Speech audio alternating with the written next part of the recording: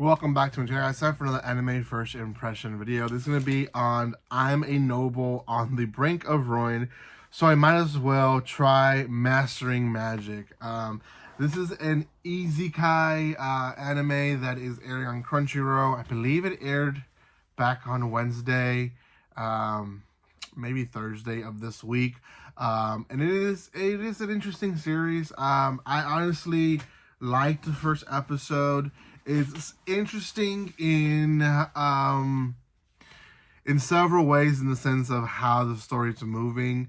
Don't think it's gonna be a top 10 contender, but it is one that I think people will enjoy watching. Probably will watch it myself if it is dubbed eventually. So before anything, guys, if you haven't done so by now, make sure you subscribe to my channel. Give some love by commenting, liking, and sharing. If you like these videos and if you want to watch more, there's more first impression videos of just this season, but also the fall season, the spring season. Go back maybe 3-4 years and they probably still be first impression year videos of those series as well. So you can catch any of those. If you're looking at seeing an anime and you want to know more about it, you can always watch my videos, come back and research, and you'll probably find a first impression video here for it. So give it some love. I do appreciate all the love and support. It is the second video today. I hopefully will have another one tonight, and if not, it's okay. I will post on Monday. So it is what it is. I know how weekends are for me. I always think I have a lot of time and I end up not having no time because I have 4 kids and I put them before anything else. So thank you again, and hopefully you understand.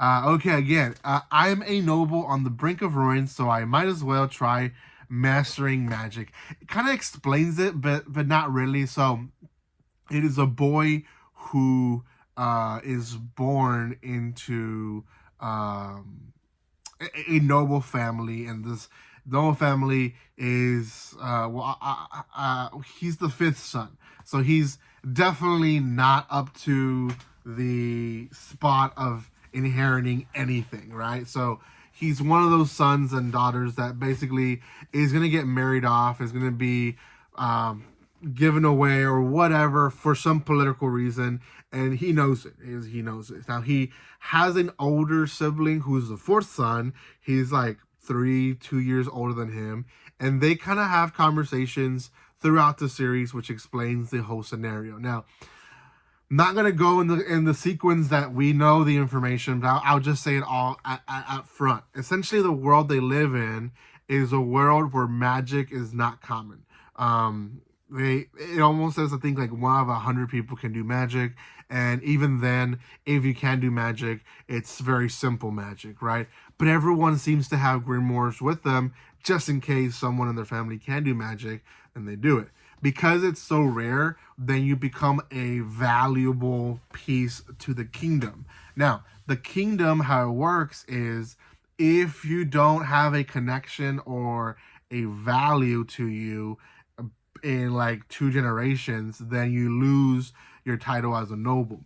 So this is where the whole part of the title, being a noble on the brink of being ruined, is coming to place, because his father and his older brother, the 1st son, they've been working, trying to figure out how to keep the title of being nobles, because if they don't, very soon, they're not going to be nobles, and it becomes an issue, because obviously the nobles will become commoners, and the commoners will know that they were nobles at one point, so they won't be too nice to them.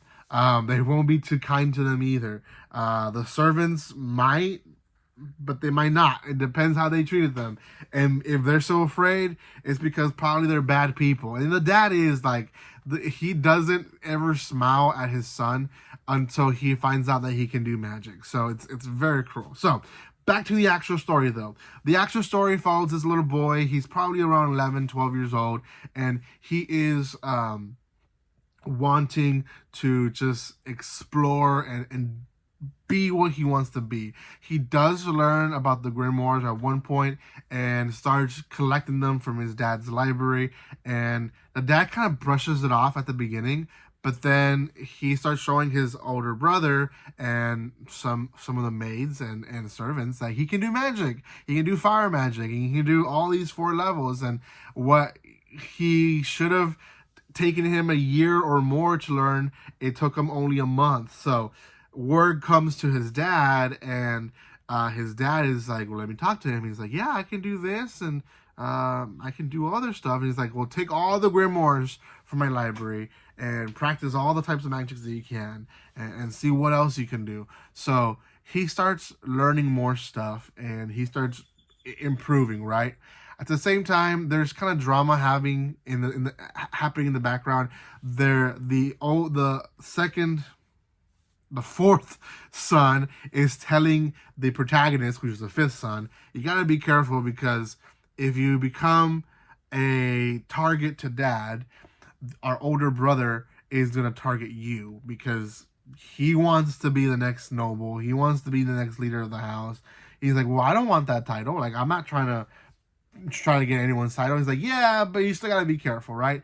That's kind of going on. The other what's going on is that there's a guy in the kingdom, or in their kingdom, or not kingdom, but their estate, that is illegally there, who eventually bumps into the 5th son. Now, this guy can do magic, and he ends up training him in like a sequence of 5 minutes. Like, it's a pretty big chunk of the first episode, but he shows them how to use multiple magics at the same time. He lets them know that essentially he can only use prime numbers of or amounts of magic. So 1, 2, 3, 5, 7, 11, 13, and then all the way to 17. He's like, well, my power, or my limit is 13, because after 13 I have to do a big jump to 17, and I can't do more than that. So he teaches them some stuff, and he's able to do multiple powers right off the bat. Like, he's able to do 3, and he's like, that's very impressive. So he gives them definitely something to be awed in, and he's like, well, let me teach you some other things. He gives them a ring that essentially is a library of all different magics that he can do. And yeah, it's like amazing. Like, he really ends up being a mentor, but he's sketchy because people are looking for him, so we don't know who he is. And the episode kind of ends there. Like, the son is still training, and his brother is married off, and he kind of was dreaming, like, how am I gonna, or where am I gonna end up? So that's kind of the end of the episode. Is it great? Yeah, I think it's great. I think the whole like multiple magic is awesome. The whole him not really wanting to be a noble, but they're like definitely scheming to keep him as a noble. Like, there's a lot of stuff going on with that. I really think that's going to be a pretty interesting pull to the series. I don't think is too unique, but it is unique enough for people to enjoy. Again, I don't see it being top 10. I'm going to give it a 6 out of 10 for now. So, but, you know, it's just another series, another Easy Kite series. So it is what it is. Thank you guys so much for watching this. If you haven't done so by now, make sure you subscribe to my channel. Give some love by comments, liking, and sharing. And I will see you next time. Like always, don't be strangers. See you guys.